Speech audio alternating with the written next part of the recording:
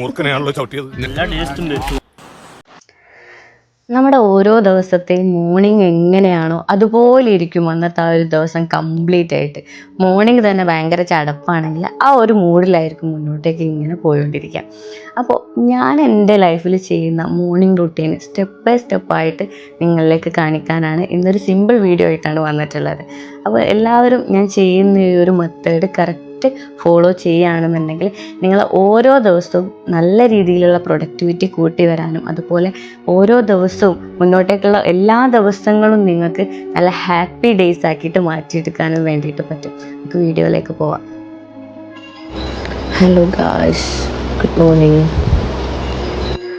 Morning alarm അടിയുമ്പോൾ തന്നെ അത് ഓഫ് ചെയ്തിട്ട് തിരിഞ്ഞ് കിടക്കുന്നതിന് പകരം പെട്ടെന്ന് എഴുന്നേക്കാൻ വേണ്ടിയിട്ട് ആദ്യം നമ്മൾ ശ്രമിക്കാം.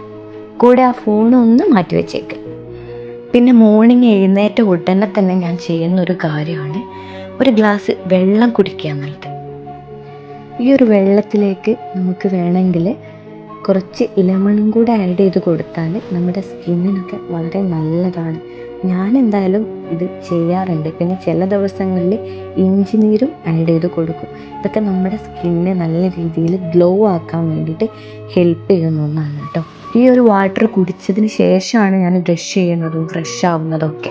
ഇങ്ങനെ ചെയ്യാൻ വേണ്ടിയിട്ട് ഒരുപാട് കാരണങ്ങളുണ്ട്. എല്ലാം ഞാൻ ഈ ഒരു വീഡിയോയിൽ പറയുന്നതായിരിക്കും. ഓരോ ദിവസവും നല്ല പീസ്ഫുൾ ഡേ ആക്കി മാറ്റാൻ പറ്റുന്ന ഒരുപാട് കാര്യങ്ങൾ നമുക്ക് ചെയ്യാൻ പറ്റും. അതിൽ വരുന്ന ഒന്നാണ് മെഡിറ്റേഷൻ, അതുപോലെ തന്നെ ഖുർആൻ ഓതുക, അതുപോലെ നമുക്ക് ഇഷ്ടപ്പെട്ട ബുക്സ് ഒക്കെ എല്ലാ ദിവസവും ഒരു 5-10 പേജെങ്കിലും വായിക്കുക. ഇതൊക്കെ നമ്മളെ ലൈഫിലെ പ്രൊഡക്ടിവിറ്റി കൂട്ടാൻ വേണ്ടിയിട്ട് നല്ല രീതിയിൽ ഹെൽപ്പ് ചെയ്യുന്നതാണ്. പലരുടെയും വലിയൊരു ഡൗട്ടാണ് നമ്മൾ മോർണിംഗ് എഴുന്നേറ്റ ഉടനെ തന്നെ ബ്രഷ് ഒന്നും ചെയ്യാതെ എങ്ങനെയാണ് വെള്ളം കുടിക്കുക എന്നുള്ളത്. അങ്ങനെ കുടിക്കാൻ പറ്റുമോ എന്നുള്ളത്.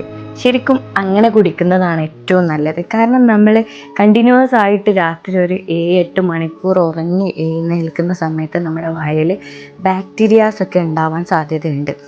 സോ നമ്മൾ ബ്രഷ് ചെയ്തതിന് ശേഷം വെള്ളം കുടിക്കുകയാണെന്നുണ്ടെങ്കിൽ ആ ഒരു പേസ്റ്റിൽ അടങ്ങിയിട്ടുള്ള ആ ഒരു കെമിക്കലൊക്കെ നമ്മുടെ ഉള്ളിലേക്ക് പോവാൻ സാധ്യതയുണ്ട്.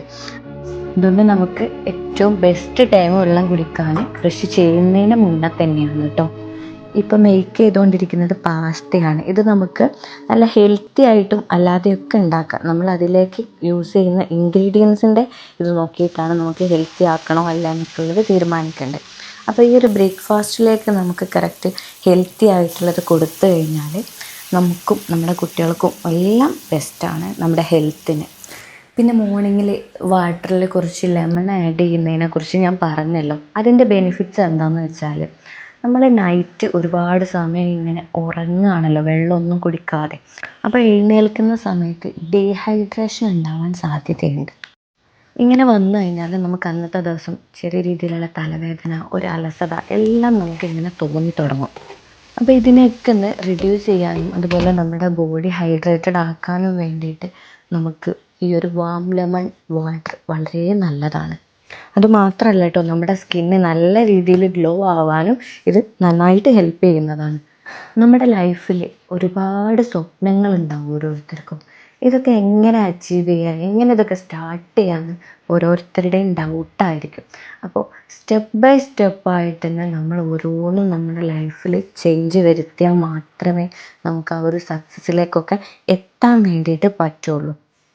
ഞാൻ എൻ്റെ ലൈഫിൽ സ്ഥിരമായിട്ട് ചെയ്യുന്നൊരു കാര്യമാണ് ഗ്രാറ്റിറ്റ്യൂഡ് ജേർണൽ. നമ്മുടെ ലൈഫിൽ എന്തൊക്കെ കാര്യങ്ങൾ നമുക്ക് കിട്ടിയിട്ടുണ്ടോ അതിന് ഗ്രാറ്റിറ്റ്യൂഡ് ചെയ്യുക എന്നുള്ളത് അതെല്ലാ ദിവസവും മോർണിംഗിൽ ഞാൻ ചെയ്യുന്നൊരു കാര്യമാണ്. അങ്ങനെ ചെയ്ത് കഴിയുമ്പോൾ അതിൻ്റേതായിട്ടുള്ള റിസൾട്ട് എനിക്ക് കിട്ടാറുമുണ്ട്.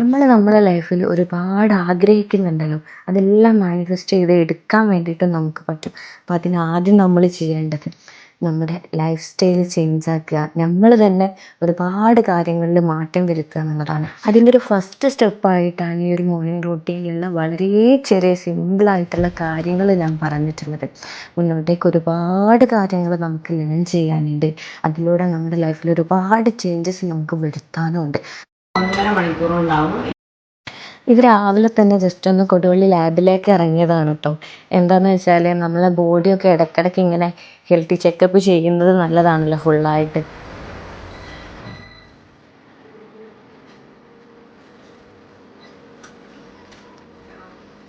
ജസ്റ്റ് ഒരു ബ്ലഡ് എടുക്കുന്നതിനാണ് ആള് ഭയങ്കര പേടിച്ചിട്ടിരിക്കുകയാണ്.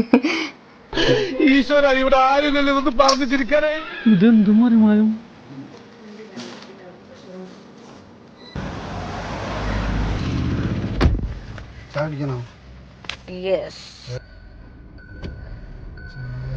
Complete blood count, ESR, blood sugar.